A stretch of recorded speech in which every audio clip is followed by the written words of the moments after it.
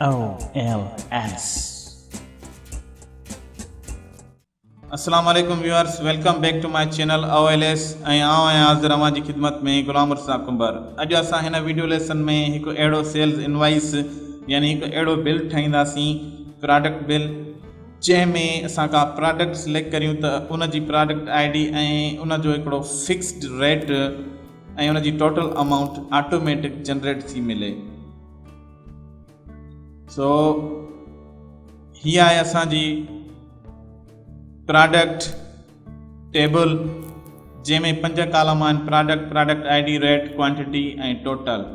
असां हिन product column में बीही करे असां हिन मां सिलेक्ट था कयूं सिस्टम यूनिट, त ॾिसो उन जी असांखे प्रोडक्ट ID ऑटोमेटिक जनरेट करे ॾिनाई ऐं रेट पिणु जनरेट करे ॾिनाई ऐं टोटल अमाउंट 0 थो ॿुधाए, उहो पिणु जनरेट करे ॾिनाई। ऐं 0 छो थो ॿुधाए उहो बि तव्हांखे ख़बर पवंदी। ऐं क्वांटिटी जनरेट नथो करे, उहो छो नथो करे, उहो इन जे करे त असां ॾे को बि अहिड़ो कस्टमर अची सघे थो जेको असांखां सिस्टम यूनिट जा 2 अदद, 3 अदद, 4 अदद, 5 अदद या 1 अदद पिणु वठी सघे थो। उहो असांखे हिते लिखिणो पवंदो।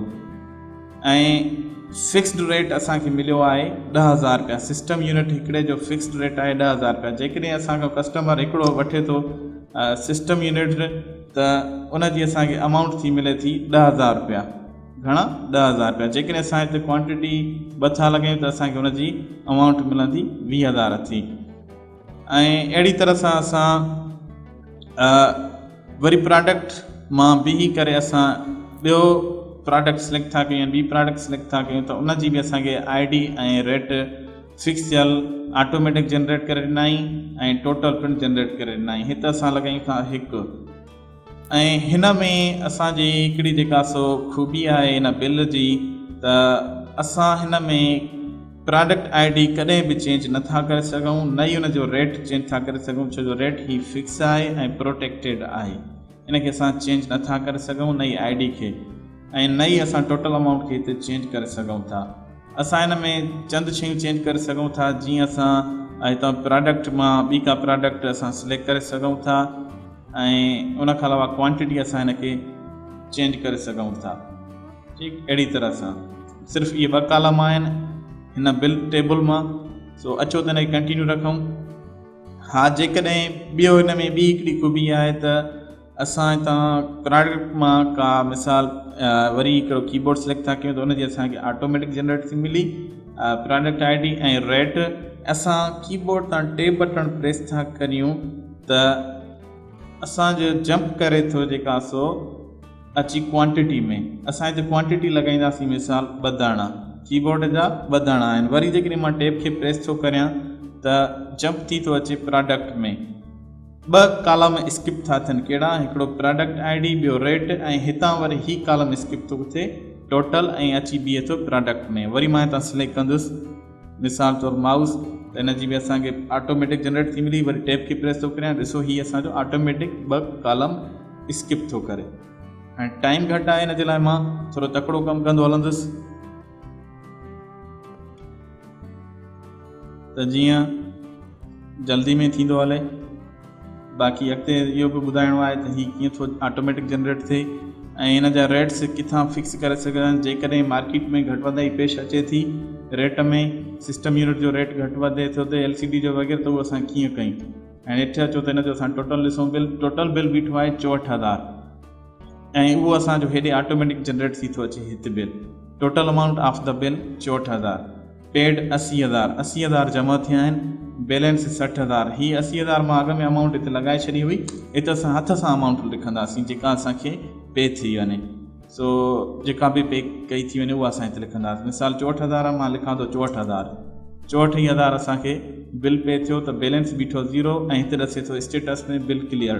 जेकॾहिं मां हिते अमाउंट लिखां थो 50,000, त हेठि बैलेंस ई मिले थो 14,000 ऐं हेठि ॿुधाए थो स्टेटस में बैलेंस रिमेंड, यानी हीअ अकाउंट ओपन आहे, हिन जो बैलेंस मुकमल जमा न थियो आहे।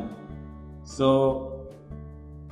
हिन में असां ही बि चेंज करे सघूं था पंहिंजो कस्टमर नेम, उन जी एड्रेस, कॉन्टेक्ट ऐं डेट ऐं उन खां अलावा बिल नंबर। बाक़ी असां ॿी का बि शइ चेंज नथा करे सघूं, जेकी ॿुधायूं सिर्फ़ु उहे चेंज थी सघनि थियूं। हाणे अचो त असां सिखूं त इहो बिल कीअं थो ऑटोमेटिक जनरेट थिए ऐं उहो छा ते मुश्तमिल आहे उन जे लाइ मूं हिकिड़ो ही बिल टू ख़ाली करे रखियो आहे, ख़ाली यानी हिकिड़ो बिल्कुलु प्लेन ठाहे रखियो आहे जंहिंमें मां तव्हांखे सम्झायां थो त ऑटोमेटिक बिल कीअं ठाहियो जेको ऑटोमेटिक जनरेट थिए। हिनखे मां मूव करे रखंदुसि रेट लिस्ट खां पहिरीं। हीअ आहे रेट लिस्ट जंहिंमें असांजी ही टेबल पई आहे प्रोडक्ट आई डी ऐं रेट। हा, मां तव्हांखे हिकिड़ी शइ ॿुधायां त जीअं हिते ॾिसो सिस्टम यूनिट जो रेट 10,000 आहे, हितां मां चेंज नथो करे सघां, पर मार्केट में रेट जी घटि वधाई पेश थी अचे, मार्केट में हिन जो रेट लही आहे, मिसाल 8,000 थी वियो आहे, त मां हिते 8,000 कंदुसि त हिन बिल में मूंखे ॿुधाईंदो 8,000 रुपया, यानी असां रेट हिन मां फिक्स करे सघूं था। सो अचो हाणे मां हिते तव्हांखे ॿुधाईंदो हलां त इहो कीअं प्रोटेक्ट थींदो ऐं का शइ सिलेक्ट नथी थिए, यानी को कॉलम सिलेक्ट नथो थिए, असां हुनखे चेंज नथा करे सघूं ऐं उहो असां सिर्फ़ु हुन मां रेट लिस्ट में वञी करे चेंज करे सघूं था। उन जे लाइ मां छा कंदुसि, हाणे सभ खां पहिरीं प्रोडक्ट में बीह करे ही हेठियां सभु सेल सिलेक्ट कंदुसि, पोइ ईंदुसि डेटा में अची करे डेटा वैलिडेशन हिन में असांजी ड्रॉप डाउन लिस्ट तयारु थिए, लिस्ट खे क्लिक कंदुसि, उन खां पोइ मां सोर्स खे हिते क्लिक कंदुसि अंदरि, पोइ हीअ आहे रेट लिस्ट, हिन मां अची करे मां हीअ सिर्फ़ु प्रोडक्ट्स सिलेक्ट कंदुसि त हिननि जा नाला फेच करे ऐं ड्रॉप डाउन लिस्ट तयारु करे मां हितां को बि हिकिड़ो सिस्टम यूनिट खणंदुसि, यानी का बि प्रोडक्ट खणंदुसि, सिस्टम यूनिट अची वियो। हाणे मां चाहियां थो त सिस्टम यूनिट जी मूंखे प्रोडक्ट आई डी मिले, उन जे लाइ मां वी लुकअप फार्मूला जो इस्तेमालु करे सघां थो ऐं इंडेक्स मैच फार्मूला जो बि इस्तेमालु करे सघां थो, जेको मां चाहियां उहो करे सघां थो, पर मां हिते कंदुसि इंडेक्स मैच फार्मूला जो इस्तेमालु। ऐं हीउ जेको लेसन असां हींअर सिखूं था इहो ॿिनि शीट्स ते मुश्तमिल आहे, हिकु शीट में असांजो बिल थो जनरेट थिए ऐं ॿी शीट में हुन जी डेटा पई आहे, बाक़ी जंहिंखे असां फेच करे पहिरीं टेबल में यानी पहिरीं शीट में आणियूं था, ॿी शीट खां पहिरीं शीट में आणियूं था। सो मां सिस्टम यूनिट जी आई डी आणणु थो चाहियां, हिते लिखंदुसि बराबरि इंडेक्स ब्रैकेट ओपन, हाणे चए थो प्रोडक्ट आई डीज़ किथे पयूं आहिनि, उहे पयूं आहिनि रेट लिस्ट में, हिते ॿी शीट में हीअ आहे प्रोडक्ट आई डी, हिन टेबल मां हीअ सिलेक्ट कंदुसि कॉलम, पोइ ईंदुसि कामा, वरी मैच फार्मूला ब्रैकेट ओपन, वरी मां ईंदुसि बिल टू में, पोइ हितां अची करे मां प्रोडक्ट सिलेक्ट कंदुसि, हीअ आहे असांजो लुकअप वैल्यू जंहिं ते असांखे हिन जी प्रोडक्ट आई डी ॾींदो। चए थो हाणे इहो लुकअप वैल्यू जेको आहे सिस्टम यूनिट उहो किथे पियो आहे, लुकअप एरे, मूंखे लुकअप एरे ॾियो, उहो आहे ही प्रोडक्ट पियो रेट लिस्ट जी शीट में, कामा ॾेई एग्ज़ैक्ट मैच लाइ 0 ॾींदुसि, ब्रैकेट बंदि, हिकु दफ़ो ॿीहर ब्रैकेट बंदि, एंटर। हाणे हीअ हिन जी ॾिसो असांजे प्रोडक्ट आई डी जनरेट थी वञे ऑटोमेटिक।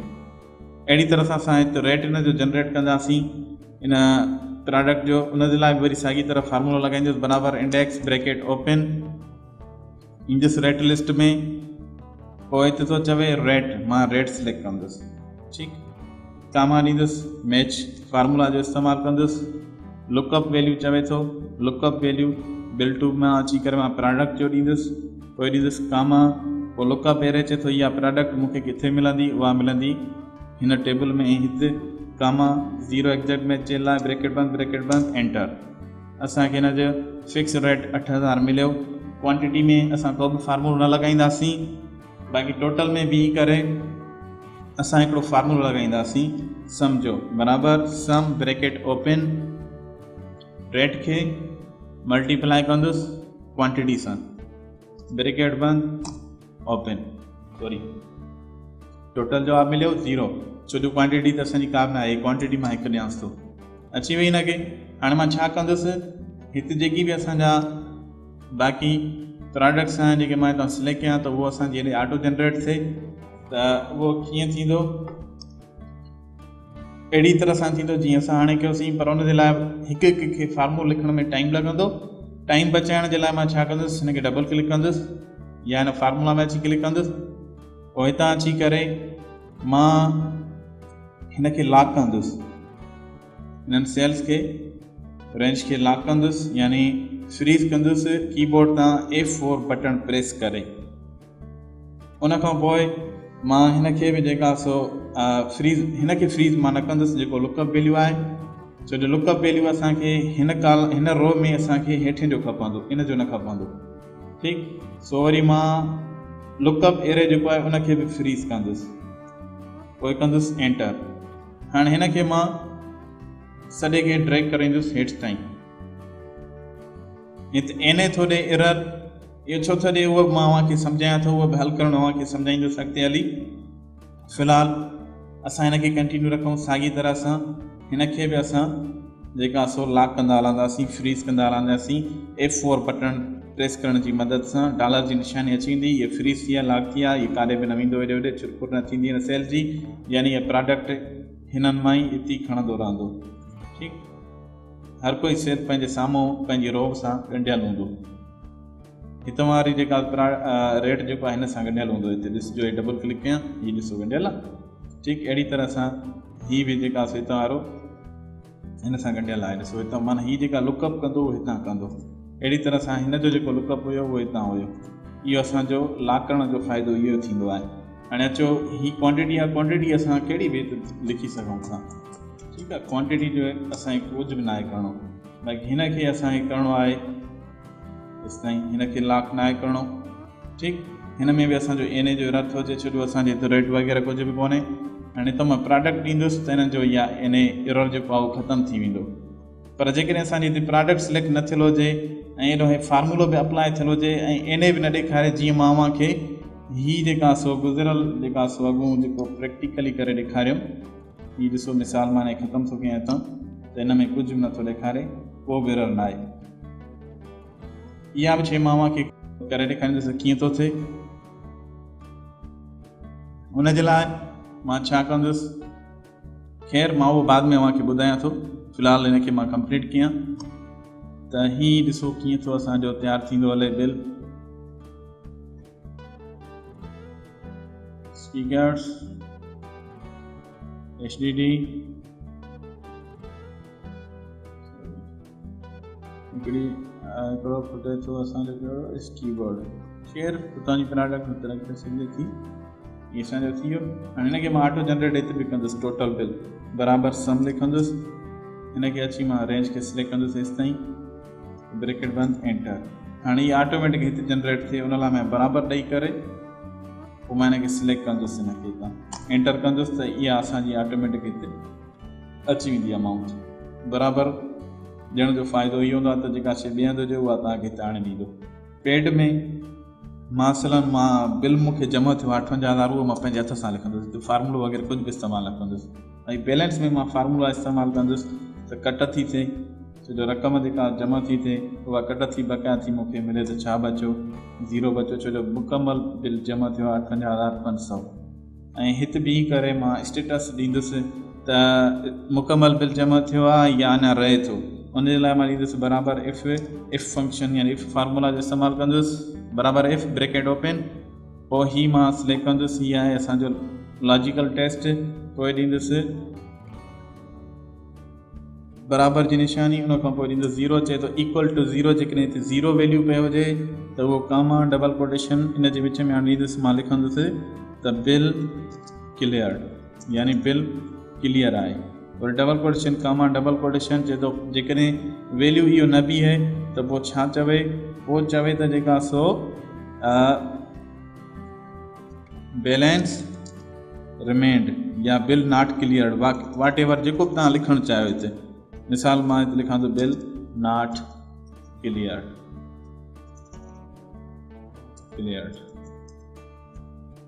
ब्रैकेट बंदि, एंटर।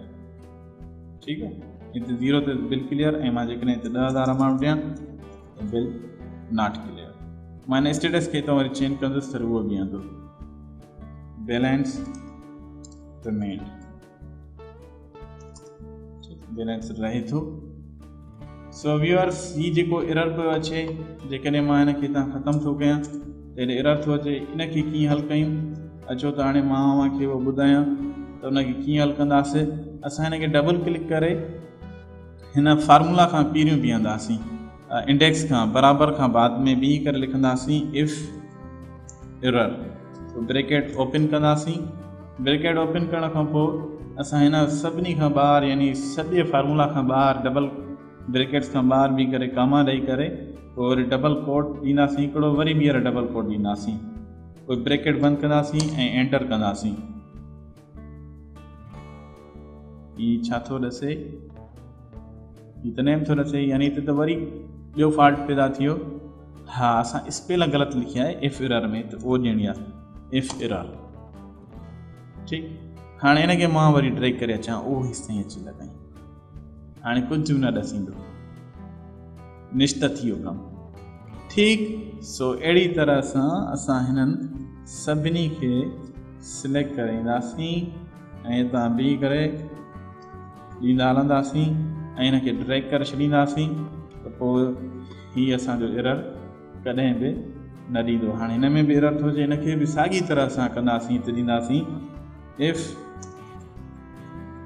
एरर ब्रैकेट ओपन आॾो बीह करे कामा डबल कोट ब्रैकेट बंद एंटर, हिनखे बि ड्रैग कंदासीं।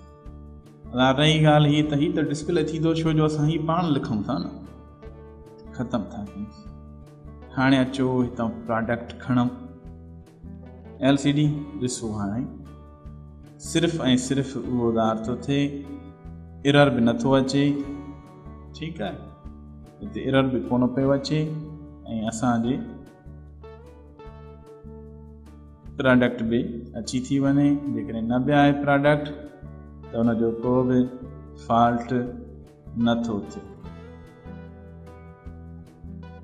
ठीकु, रही ॻाल्हि हिते त प्रोडक्ट्स असांजी कहिड़ी केतिरी आहे उहो असां ॾींदासीं। असांजो बिल तयारु थी वियो, ऑटोमेटिक जनरेटेड बिल।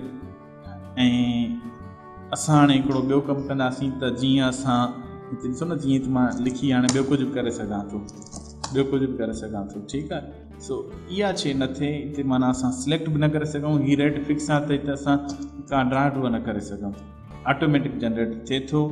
असांखे प्रोटेक्ट करिणो आहे, उनजे लाइ मां छा कंदुसि, हिकिड़ो कमु कंदुसि त हाणे होम में ईंदुसि, होम में अची करे फॉर्मेट में ईंदुसि, अची वियो हिन प्रोटेक्शन में अची करे ॾिसो ही लॉक सेल आहे, इन मथां ही ब्लॉक चढ़ियल आहे, यानी ही सेल जेको आहे इहो प्रोटेक्ट थियल आहे।